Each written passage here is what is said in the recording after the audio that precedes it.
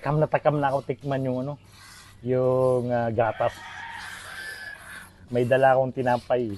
Kaya mamaya, titikman ko mamaya mga kasipti. Dami oh. Ito natin mga. Okay.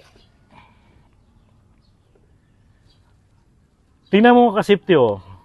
Yung gatas ng kalabaw, oh, talagang puting-puti. Oh. Talagang walang amoy. Napakabango. Tinapay, may dala kayo? Mayroon sir, meron akong dalang tinapay. Mga kasipti, dalawang klase yung binili kong tinapay. Ito, hindi ito maganda yung walang asukal. Ito. Ito mga kasipti, oh. Tingnan nyo, titikman ko yung yung gatas ng kalabaw. Ngayon lang ako nakatikim ng gatas ng kalabaw, yung fresh na fresh. Mula nung maliit pa ako hanggang ngayon. Ngayon lang ako nakatikim ng gatas. Ng gatas ng kalabaw.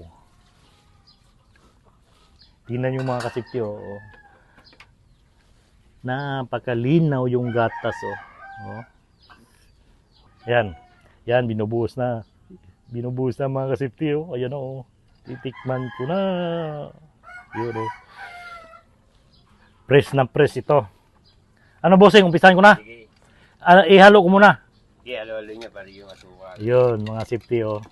Halu-haluin ko na yung Ito yung gatas ng kalabaw. Yan, halu-haluin ko na. Yan. Ito na, sir, oh. Yan, oh. Tingnan mo mga kasipti, oh. Talagang napakalinaw. Ngayon, sir, ano ko, sir? Papaturo ko kay bossing kung anong gagawin ko. Masarap yan. Sausaw ko raw, sausaw. Lalo't mainit. Yan, oh, mga kasipti, oh. Pero yan doon pinapastorize doon sa dairy para mawala yung kanya. Pinapastorize. Okay. So ngayon mga kasipti, Pero oh. ako sanay uminom niya. Oh. Sarap. Napakasarap, Lalo oh. yan. Talagang the best. The best ng the best mga kasipti, oh. Kaya ito, maganda ito pang almusal.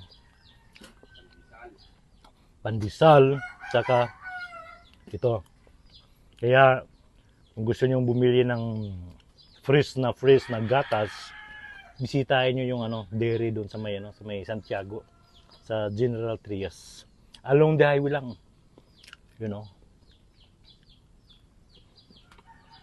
The best. Napakasarap. Oh. Ngayon lang ako nakatikim ng gatas ng kalabaw. Biruin nyo mga kasipti, ang sarap.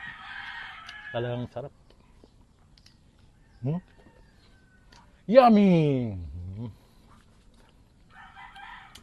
Bossing, may tinapay pa dito, bossing, oh. Sige. Oh. Yun mga kasipti, oh. Talagang fresh na fresh. No? Walang hinahalong mga yung mga artificial na talagang fresh na fresh. Oh. Yan, busing. Sausaw ka rin, busing. Masarap talaga. Sarap, oh. Parang ng kalabaw. Oo. Basta gatas ng kalabaw, number 1. Ang palakas talaga yan. Talagang pampalakas. Pampalakas ito, mga kasipti. Sarap. Pero yung mga kasipti, maaga akong gumising, alas 4. Talagang pinuntahan ko dito si Busing para matikman ko yung yung original kalabaw. Talagang original na original. Yun o mga kasipti.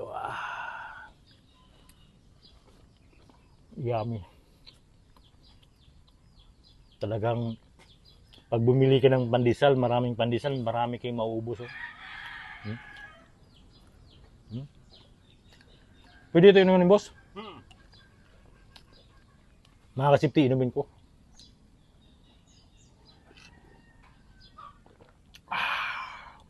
The best. Talagang the best mga kasipti.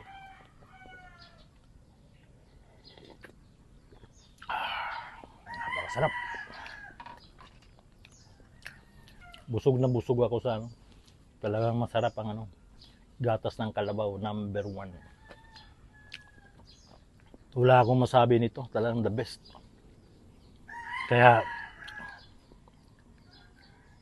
tikman nyo yung gatas ng kalabaw, number 1 sa katawan.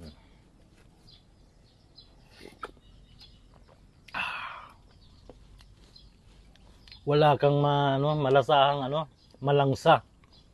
Biruin nyo mga kasi fresh na fresh ito galing pa sa sa kalabaw mismo, sa kalabaw mismo. Oo. Talagang talagang fresh na fresh. Walang amoy, walang kang amoy. Talagang fresh na fresh.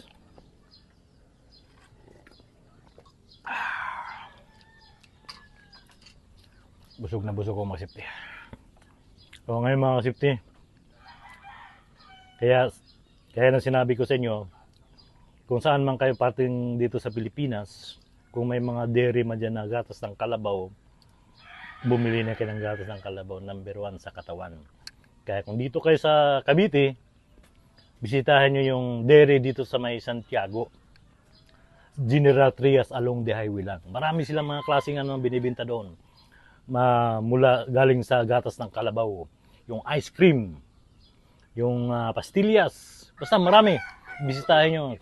Mga kisong puti, pang palaman sa tinapay. The best. Okay mga safety, kita-kits tayo uli. At saka, ubusin ko lang to.